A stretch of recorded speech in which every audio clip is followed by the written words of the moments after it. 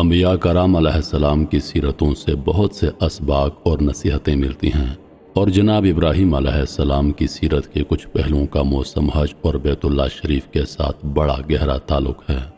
جناب ابراہیم علیہ السلام اپنے بیٹے اسماعیل علیہ السلام اور ان کی والدہ کو ساتھ لے کر مسجد کے بالائی حصے کی طرف تقریباً زمزم کے اوپر والی جانب گھنے سائے والی جگہ چھوڑ آئے، جہاں بعد میں جا کر بیت اللہ تعمیر ہوا، جہاں دور دور تک زندگی کی گزر بسر کے آثار و نشانات تک دکھائی نہ دے رہے تھے۔ نہ تو پانی کا انتظام اور نہ ہی وہاں کسی آدمی کا وجود تھا۔ ابراہیم علیہ السلام نے ان کے پاس ایک تھیلی رکھ دی جس میں کچھ کھجوریں اور پانی کا ایک برتن تھا، اور خود رخت سفر باندھا اور جہاں سے آئے تھے وہیں واپس پلٹ گئے۔ اسماعیل علیہ السلام کی ماں ان کے پیچھے دوڑی اور پوچھنے لگی، اے ابراہیم، اس وادی میں ہمیں تنہا چھوڑ کر کہاں جا رہے ہیں؟ نہ کوئی غم گسار اور نہ مددگار ہے اور نہ کوئی اور چیز۔ بار بار یہی سوال کرتی جا رہی تھی اور ابراہیم علیہ السلام نے پیچھے مڑ کر جواب دینا تک گوارا نہ کیا۔ آخرکار جب انہوں نے یہ پوچھا کہ بس مجھے اتنا بتا دیجئے کہ اللہ تعالیٰ نے آپ کو اس کا حکم دیا ہے، تو جواب میں ابراہیم علیہ السلام نے فرمایا، جی ہاں۔ تو کہنے لگیں، پھر تو وہ کبھی ہمیں تنہا نہیں چھوڑے گا۔ یہ ایک تعجب خیز اور حیرت انگیز واقعہ ہے جو کہ آزمائش کی گھڑیوں میں ثابت قدمی کی اعلیٰ ترین مثال ہے، جس تک رسائی صرف ایسے عظیم لوگوں کے حصے میں آتی ہے جو ایمان، یقین اور توکل میں اعلیٰ مقام رکھتے ہیں۔ یہ کلمات اپنے ساخت کے لحاظ سے تو معمولی محسوس ہوتے ہیں، لیکن معنی کے اعتبار سے انتہائی گہرے ہیں۔ جب اسماعیل علیہ السلام کی والدہ نے یہ پوچھا کہ اللہ نے آپ کو اس کا حکم دیا ہے، تو جواب سن کر انہوں نے کہا کہ اللہ ہمیں کبھی تنہا نہیں چھوڑے گا۔ یہ کلمات اس وقت کہے جب انہیں بالکل یقین ہو چکا تھا کہ اب ان کا خاوند انہیں ویران چٹی اور صحرا میں چھوڑ کر جا رہا ہے۔ نہ کوئی غم گسار اور نہ مددگار ہے اور نہ ہی کوئی اور چیز۔ اس قصے کو اگر کوئی غیر مسلم پڑھے تو وہ اسے حقیقت کے برخلاف ایک خیالی کہانی سمجھے گا۔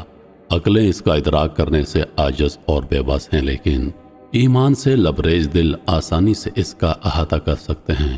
جو اللہ پر توکل کرتا ہے، اللہ اس کی حفاظتیں کرتا ہے، اللہ اس کی رکھوالی کرتا ہے اور اس کے رزق کا بھی بندوبست کرتا ہے۔ اپنے پروردگار کے متعلق اور اپنے بیٹے کے متعلق حسن ظن رکھنے کی وجہ سے اسماعیل علیہ السلام کی والدہ ماجدہ کو ایسا صلہ ملا جو تمام لوگوں کے لیے یکساں مفید ہے۔ چنانچہ ان کے سامنے زمزم کا چشمہ پھوٹا جو کھانے کا کھانا اور بیماریوں کی شفا ہے، جس کا تذکرہ رہتی دنیا تک اللہ صدا رکھے گا۔ جب تک لوگ عبادت اور مناسک حج اور عمرہ کے طور پر صفا اور مروہ کی سعی کرتے رہیں گے، یوم اسماعیل علیہ السلام کی عزت اور رفعت شان کے طور پر یہ قصہ ان کے سامنے تازہ ہوتا رہے گا۔ آپ اسماعیل علیہ السلام کی والدہ کے اس قصے پر اور ان کے رب پر پختہ اور اعتماد و یقین پر ذرا غور کیجیے۔ ایسی وحشتناک جگہ جہاں کھانے پینے کے علاوہ کسی انسان تک کا وجود نہیں، وہاں ان کے دل میں ذرا برابر بھی خوف سرایت نہیں کر سکا۔ اگر آپ اس کا تقابل آج کے زمانے کے ساتھ کیجئے جب ہمارے ارد گرد سب کچھ موجود و مہیا ہوتا ہے، تعجب کی بات ہے کہ پھر بھی ہمیں اپنے رزق، اولاد، بیماری، آئندہ آنے والے واقعات سے ہمیں ڈر رہتا ہے۔ اللہ تعالیٰ نے اپنے خلیل ابراہیم علیہ السلام کو بیت اللہ شریف تعمیر کرنے کا حکم دیا۔ ان کے بیٹے اسماعیل علیہ السلام پتھر اٹھا اٹھا کر لا رہے تھے اور ابراہیم علیہ السلام گھر کی تعمیر کر رہے تھے۔ خانہ کعبہ کی تعمیر صرف پتھروں سے ہوئی ہے جو نہ نفع دے سکتے ہیں اور نہ نقصان دے سکتے ہیں۔ حکم الہی سے ہی اس گھر کی تعظیم کی جاتی ہے اور ہمارے نبی صلی اللہ علیہ وآلہ وسلم کی سنت پر عمل کرتے ہوئے ہمیں اس گھر کے طواف کا حکم ہے۔ اگر تعلیم نبوی کے مطابق حجر اسود کو بوسہ دینا اللہ تعالیٰ نے مشروع نہ کیا ہوتا تو ہم اسے کبھی نہ چومتے، کیونکہ پتھر نہ نفع دے سکتا ہے اور نہ ہی نقصان دے سکتا ہے اور نہ ہی وہ عبادت کے لائق ہیں۔ جیسا کہ عمر بن خطاب رضی اللہ تعالیٰ عنہ نے فرمایا تھا، یقیناً میں جانتا ہوں کہ تو ایک پتھر ہے، نہ تو نفع کا مالک ہے اور نہ ہی نقصان کا مالک ہے۔ اگر میں نے رسول اللہ کو تجھے بوسہ دیتے ہوئے نہ دیکھا ہوتا تو میں تجھے کبھی بوسہ نہ دیتا۔ بیت اللہ شریف کی تعمیر ایک عظیم الشان عمل اور ایسا بے مثال شرف تھا جسے ابراہیم علیہ السلام اور ان کے بیٹے اسماعیل علیہ السلام نے حاصل کیا۔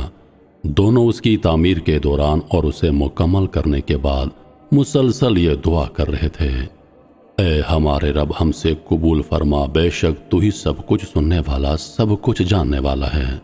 نیکی کے جلیل القدر کا انجام دے کر بھی عاجزی اور انکساری اختیار کرنا، یہی اہل و ایمان اور اہل تقوی کی کیفیت اور حالت ہوتی ہے۔ وہ اپنے اعمال کے ذریعے اور اطاعت والے کاموں کے ذریعے اللہ تعالیٰ پر احسان نہیں جتاتے، اور نہ ہی حج، عمرہ، نماز، صدقہ اور خیرات جیسے اعمال اس کے لیے کرتے ہیں کہ وہ اپنے پروردگار پر احسان کریں، بلکہ مومن کی حالت یہ ہونی چاہیے کہ رضائے الہی کی خاطر کیسے ہوئے ہر عمل کو معمولی اور بالکل چھوٹا شمار کرے۔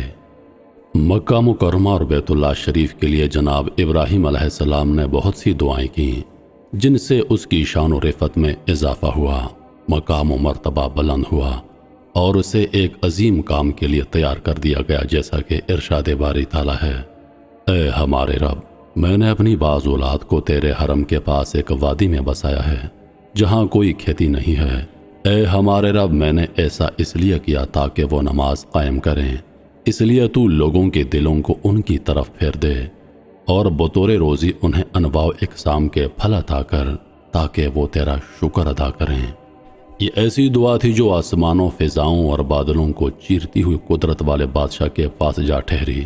اب جسموں سے پہلے دلوں کی حسرت اور بے قراری سبقت لے جاتی ہے، قدموں سے پہلے شوق و ذوق آگے نکل جاتے ہیں، دلوں میں محبت سموئے ہوئے لوگ فوج در فوج ہر اونچی نیچی جگہ سے ہر طرح کی مشقت برداشت کرتے ہوئے اس کی طرف لپکتے ہیں، ایسی لذت محسوس کرتے ہیں جس کے آگے صعوبتیں اور مشکلات کوئی معنی نہیں رکھتی۔ آخر ایک اسلامی اجتماع میں آ ملتے ہیں جس کی نظیر کہیں نہیں ملتی، جہاں سب فرق مٹ جاتے ہیں، تعجب پرستی دم توڑ جاتی ہے، قسم قسم کے لوگ باہم ملتے ہیں، مختلف زبانوں اور لہجے والے ایک ہی زبان میں اپنے پروردگار کو یوں پکار رہے ہوتے ہیں: لبیک اللہم لبیک، ہم حاضر ہیں، اے اللہ ہم حاضر ہیں۔ اور تاکہ یہ بابرکت اجتماع اپنے مقاصد کی تکمیل حاصل کر سکے اور حج اور عمرہ کے مناسک ادا کر سکے، جیسا کہ ابراہیم علیہ السلام نے اپنے رب سے دعا کرتے ہوئے کہا۔ اور یاد کرو جب ابراہیم نے کہا: اے میرے رب، تو اس شہر کو پرامن بنا دے، اور یہاں کے رہنے والوں میں سے جو لوگ اللہ اور یوم آخرت پر ایمان لائیں انہیں مختلف قسم کے میوے عطا فرما۔ پس اللہ نے ان کی دعا کو شرف قبولیت بخشی اور مکہ مکرمہ کو لوگوں کی جائے قرار بنا دیا، جہاں لوگ دل کا سکون اور راحت محسوس کرتے ہیں اور ہر طرح کے خوف اور مشکلات سے اپنے آپ کو محفوظ سمجھتے ہیں۔ اس مقدس سرزمین کی طرف جس ظالم و جابر نے بھی ناپاک عزائم کے ساتھ پہنچنے کی کوشش کی، اللہ نے اس کو ہلاک کر دیا، کیونکہ امن و امان بڑی عظیم چیز ہے۔ اگر امن ہی غارت ہو جائے تو دینی اور دنیاوی مصلحتیں معطل ہو کر رہ جاتی ہیں۔ آج دنیا جنگ و جدل، لڑائی اور جھگڑے اور قتل و غارت گیری اور تخریب کاری کی تباہیوں سے کرہ رہی ہے، اور اب اس بات کی سخت ضرورت ہے کہ دنیا کو دین اسلام سے متعارف کرایا جائے، جو امن و سلامتی، رحمت اور محبت کا دین ہے، جو انسانوں کو اس کے حقوق اور اس کا صحیح مقام و مرتبہ عطا کرتا ہے، بلکہ اسے اس کائنات کا محور و مرکز قرار دیتا ہے، اور امن و امان کو وسیع پیمانے پر مستحکم اور مضبوط کرتا ہے۔ پھر اس سے تعمیر و ترقی، خوشحالی، سعادت اور بہترین زندگی میسر آتی ہے۔ ابراہیم علیہ السلام کا دین تمام انبیاء والا دین ہے، جو یکسوئی والا، فطری اور خالص توحید پر مبنی دین ہے۔ ارشاد باری تعالیٰ ہے: ابراہیم نہ تو یہودی تھے نہ نصرانی، بلکہ موحد مسلمان تھے، اور وہ مشرکین میں سے نہیں تھے۔ یہ وہ عظیم اوصاف ہیں جنہیں تاریخ نے حلیم و بردبار اور نرم دل والے جناب ابراہیم علیہ السلام کی حیات طیبہ سے متعلق قلم بند کر رکھا ہے۔ اے اللہ، اسلام کی حالت میں ہمیں موت دینا اور نیکوکار لوگوں میں ہمارا ساتھ نصیب کر دینا۔